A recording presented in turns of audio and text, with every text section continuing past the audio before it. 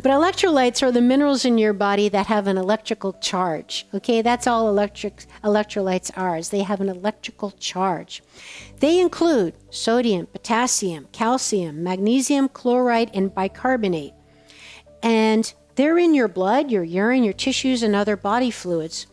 And they're vital sources that enable your cells to conduct the electrical currents that perform all the functions of your body. Like I said, maintaining the fluid balance within the cells, regulating your body's acid balance, your pH, helping your body deliver nutrients to the cells, removing waste from the cells, assisting in nerve, muscle, heart, and brain function. These are all functions of electrolytes in your cells because, as you know, your body runs on electricity. Okay, right? That's your life force. Your body is basically a big battery. And like I talk about in episodes when we talk about electromagnetic fields and the dangers of 5G and your cell phone and being in front of your computer all the time and how you need to get out on the earth and put your feet on the ground and get the hell away from technology every day as much as possible, and don't sleep with it near your body and powering down your stuff at night so you can sleep, okay? Because you are a battery. Your body is running on its own internal predetermined electrical current, and it's going to be disrupted by all these external sources of electricity. So we have to be aware of the things that we're exposing ourselves to in our environment. This is the lifestyle stuff that's affecting your mind, body, and spirit. Okay? So you are a big battery. Your electrolytes are going to be influenced by the electricity in your environment.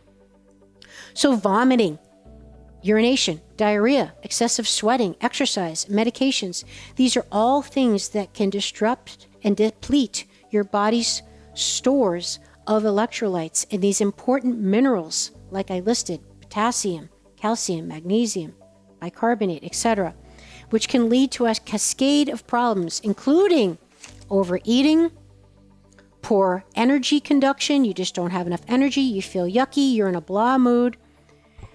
And hey, how do you know how this is happening to you other than what I'm just mentioning? But common symptoms of low electrolytes include getting lightheaded after standing up, frequent headaches, feeling dizzy or disoriented, inability to focus, and of course, low energy, particularly when you're not hungry, but you still have low energy.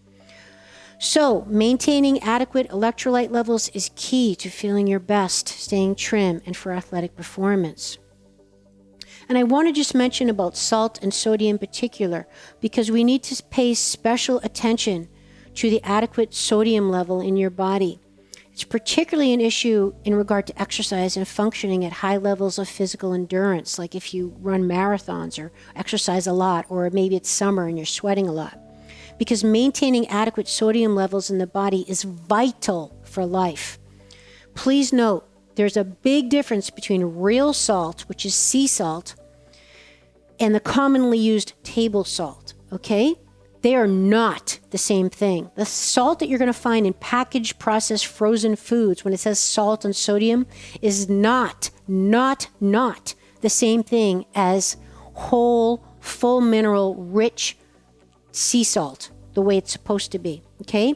Because sea salt contains over 84 trace minerals and nutrients that your body needs on a daily basis. So that translates to electrolytes, okay? Sea salt has over 84 of trace minerals and these electrolytes, which your body needs to run all the circuits, run the battery, okay?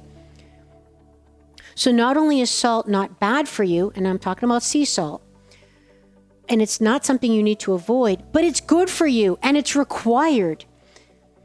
And that's only if it's the real thing, okay? It's the way Mother Nature intended it, all 84 trace minerals.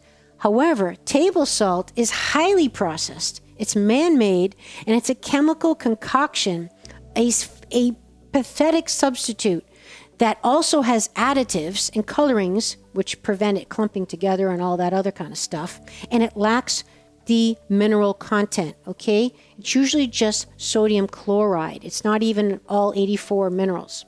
That's the thing that can increase your blood pressure and lead to lots of problems. And that's why it's not the same as sea salt, Okay? So sodium is the main electrolyte found in the extracellular fluid, and the potassium is also the main intracellular electrolyte, which like I mentioned earlier. And these are involved in that delicate fluid balance of keeping you hydrated and your blood pressure controlled. These are things that are naturally regulated by natural sea salt, not table salt. So the recommended amount of sea salt per day is approximately 2 teaspoons a day, give or take, okay? Less or more, depending on your individual situation. And as far as, just to wrap up this section, as far as water and hydration, well, going hand in hand with adequate electrolytes is maintaining adequate hydration levels, because water is required for all cellular functions and is the basic delivery mechanism for all bodily processes, not to mention helping your body detoxify and lose excess body fat. You can't do that if you're dehydrated, okay? Plus, it's necessary for having proper energy levels, and like I said, bowel regularity, having clear, beautiful, bright, shiny skin, being able to think clearly, and again, for weight loss. So a good rule of thumb, and I have a whole show on this, go back to my Foundations and Fitness episode on water and hydration for more details, but a good rule of thumb is to drink a minimum of half your body weight in ounces per day of pure, properly filtered, naturally sourced water. Okay? That's half your body weight in ounces per day. Minimum. That doesn't include if you're exercising. That doesn't include if you're sweating. That doesn't include if you're super active. That does not include if you're around technology, for that matter, because any electrical current will dehydrate you. So the more you're glued to your phone, your computer, your Zoom, or any of that stuff, the more dehydrated you're going to be, the more water you need to drink. Okay? But that's a good rule of thumb.